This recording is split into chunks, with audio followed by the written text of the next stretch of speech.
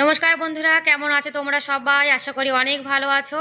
আমার নতুন আরেকটি ভিডিওতে তোমাদের সবাইকে জানাই অনেক ভালোবাসা, অনেক স্বাগত। আর প্লিজ তোমরা একটা লাইক করে ভিডিওটি কন্টিনিউ করো। আজকের ভিডিওটা স্কিপ না করে পুরো ফুল দেখো, আশা করি তোমাদের ভিডিওটি ভালো লাগবে।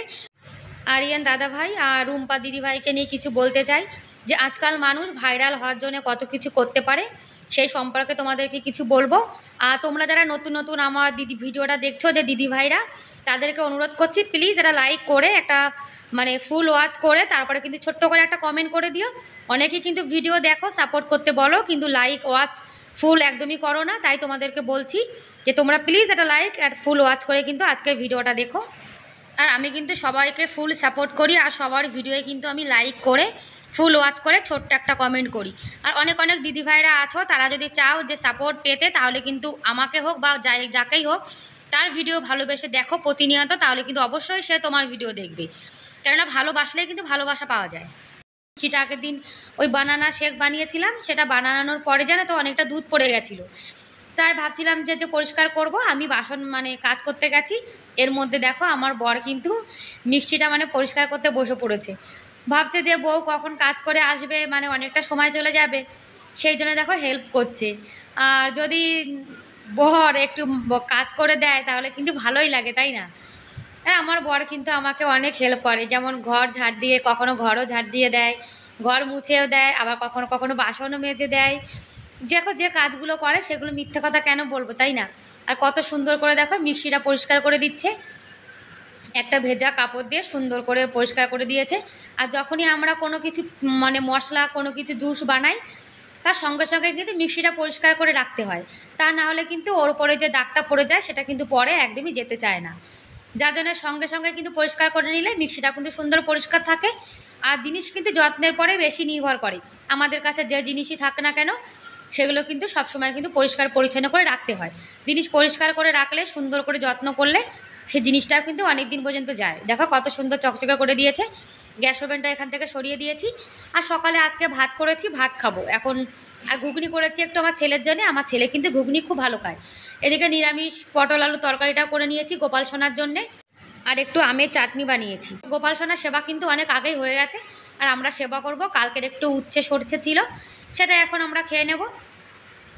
এই দেখো আমাদের সকালে কিন্তু একদম সিম্পল হালকা পাতলা নিরামিষ খাবার দাবার। আর গরমে কিন্তু সবসময় একটু হালকা খাবার খাই ভালো।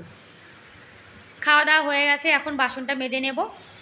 খাওয়া দাওয়ার সঙ্গে সঙ্গে কিন্তু বাসনটা আমি মেজে রেখে দিই, কেন দুপুরের দিকে না আর একটু বেশি গরম পড়ে যায়। আর এঁটো বাসন যদি একবার রেখে দিই, সে কাজটা কিন্তু এরকম পড়েই থাকবে। যার জন্য সঙ্গে সঙ্গে কিন্তু আমি বাসন টাসন সব মেজে কাজ থেকে ফ্রি হয়ে যাই। আর যতক্ষণ আমার জানো তো কাজ পড়ে থাকে, আমার একদমই বসে থাকতে ইচ্ছা করে না। বিশেষ করে আমার রান্নাঘরটা কিন্তু আমি বেশি সুন্দর করে পরিষ্কার করে রাখি। আর এঁটো বাসন তো আমার ফেলে রাখতে ইচ্ছা করে না। আর গরম যেন না এত পড়েছে, কোনো কাজ বাজ যেন তো একদম করতে ইচ্ছা করছে না। কি করব বলো, সংসারের কাজ তো আমাকেই করতে হবে, সংসারে তো আর কেউ নেই।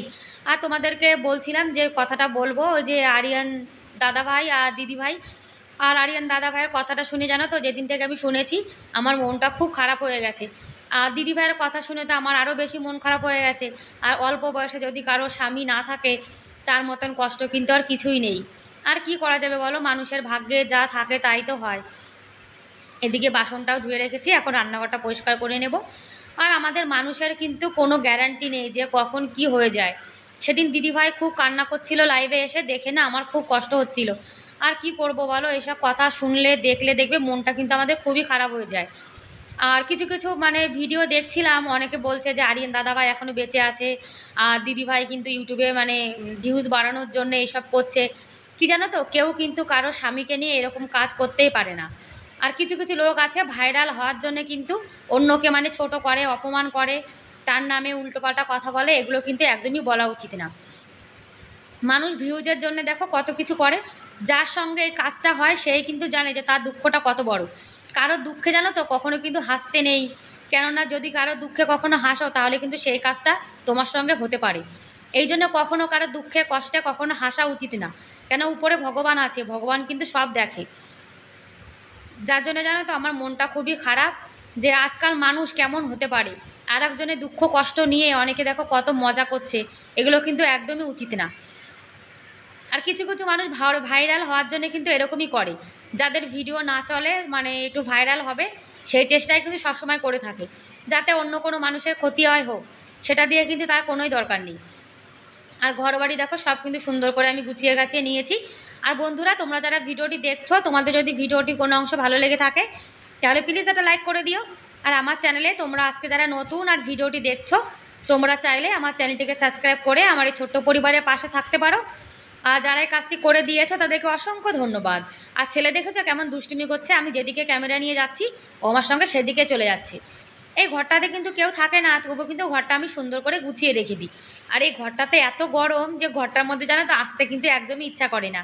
শীতকালে কিন্তু এই ঘরটার মাঝে মাঝে আমি পরিষ্কার করা ভিডিও দেখাতাম, আর এখন গরমকালে জানো তো ভিডিও একদমই বানানো হয় না এই ঘরটার, কেন ঘরটার মধ্যে খুব গরম। আর দেখো এই যে দুষ্টুমি কেমন করছে দেখেছো। আর ঘরটা জানো তো গোছানো থাকলে নিজের মনটাও কিন্তু ভালো লাগে। আর কিছু কিছু নতুন নতুন দিদিভাইরা আছো যারা আমার ভিডিও দেখছো, তাদেরকে অনুরোধ করব প্লিজ তোমরা ভিডিওটি ফুল ওয়াচ করো, একটা লাইক করে দিও, আর ছোট্ট করে একটা কমেন্ট করে দিও। কমেন্ট করলেই কিন্তু আমি সেই কমেন্টের দ্বারা তোমাদের ভিডিও দেখতে পারবো। আর আমি কিন্তু সবাইকে ফুল সাপোর্ট করি, যে আমাকে সাপোর্ট করে আমার ভিডিও প্রতিনিয়ত দেখে, আমিও কিন্তু চেষ্টা করি তার ভিডিও দেখার।